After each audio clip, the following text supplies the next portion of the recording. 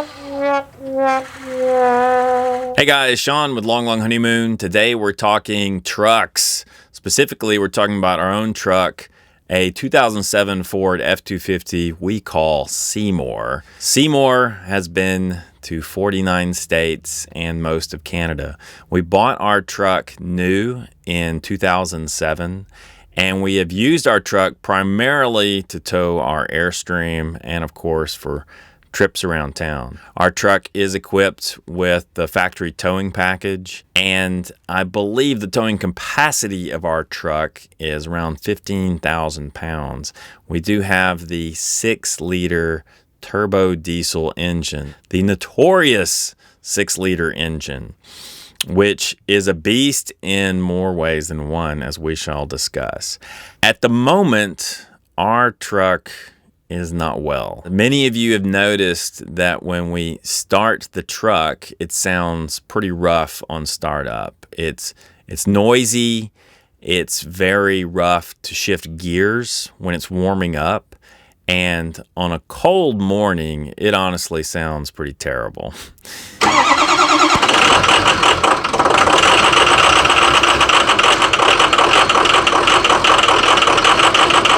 But before we talk about what we're going to do about that, I'll give you a little bit of background about our truck. We purchased it in the spring of 2007, and it was the last year for this 6-liter engine. And at the time, I was thinking, it's the last year. All the bugs in the engine design will be worked out. Well, it turns out that the 6-liter diesel engine in these trucks had more than a few bugs. It had a couple of monsters inside it.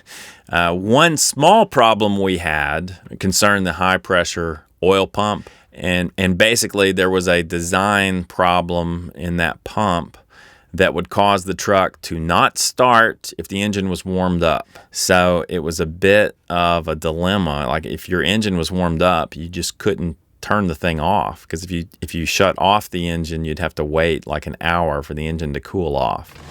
The truck won't start. Or will it? Come on, Seymour.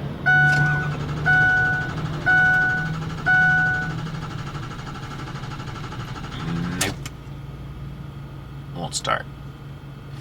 But this problem was really more of an annoyance, and it was pretty easily fixed with one day in the shop. We're now the proud owners of 2 new dummy plugs. These 2 little rubber plugs that apparently are part of the high pressure oil system, and when they go bad, your truck won't start. So that's what we've been dealing with for the past few weeks. Don't let Seymour hear me saying this, but the 6.0 liter engine has a few issues, okay?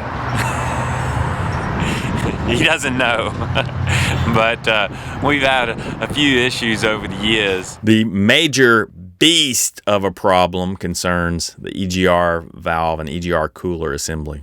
Now, I'm no diesel mechanic, but EGR, I believe, stands for exhaust gas recirculation. That is designed, I guess, to reduce emissions, but unfortunately, it is a bit defective in its original design, and when it fails, everything goes south quickly.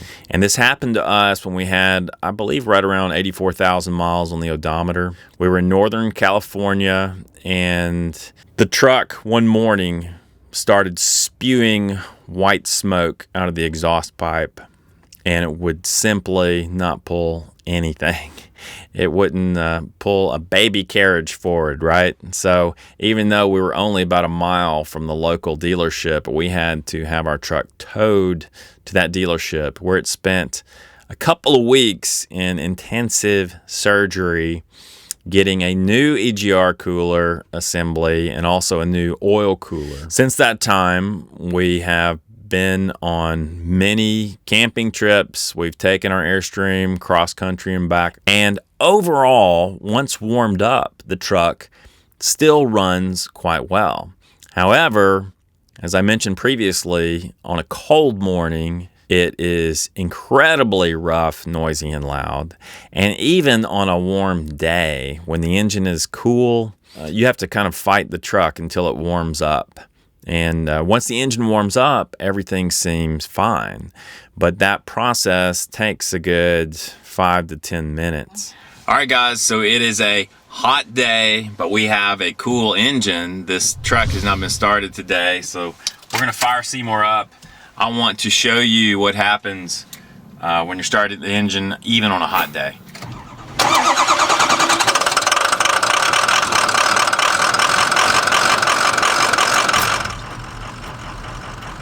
So, truck started, but it's running very rough.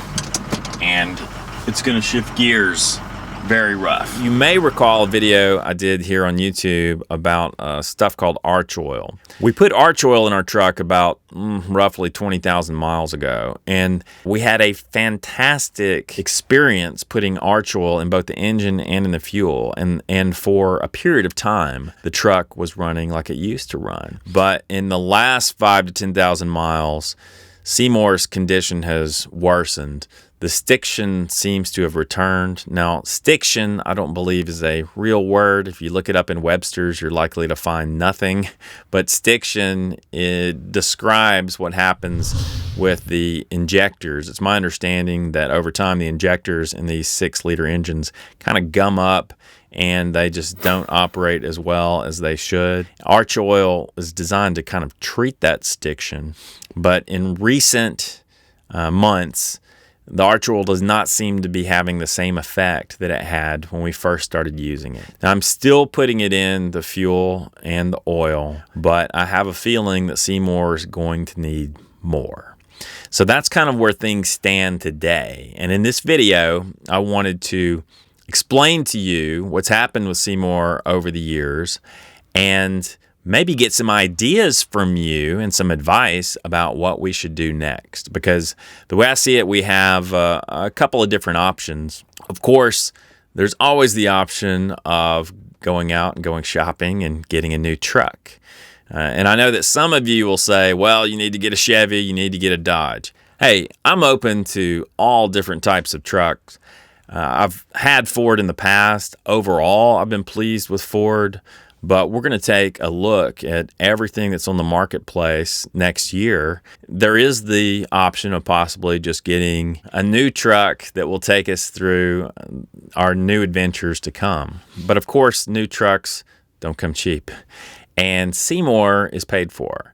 So there's another option, and that would be to modify and improve Seymour's 6-liter diesel engine. In other words, Seymour goes in for an overhaul. So what I'm asking of you is, what would you do? Would you just go out and buy a new truck? Would you have the 6-liter engine modified? And if you do think we should have our truck modified, can you recommend a diesel shop that can do this sort of work and do it, you know, at a high quality level? Post in the comments. Let us know who you would recommend that we contact about possibly modifying our 6-liter F250 so that it will be in good shape moving forward. We would prefer probably shops that are located in the south or southeast, but we're certainly open to taking Seymour just about anywhere if we find the right shop. So that's it, guys. Quick update on Seymour. We will definitely keep you posted in the months to come when we make a firm decision about what we're going to do next. As always, thanks for tuning in. If you're interested in Ford trucks or RV camping or any of this stuff that we like to talk about on our channel, please subscribe. Until next time, lo ho.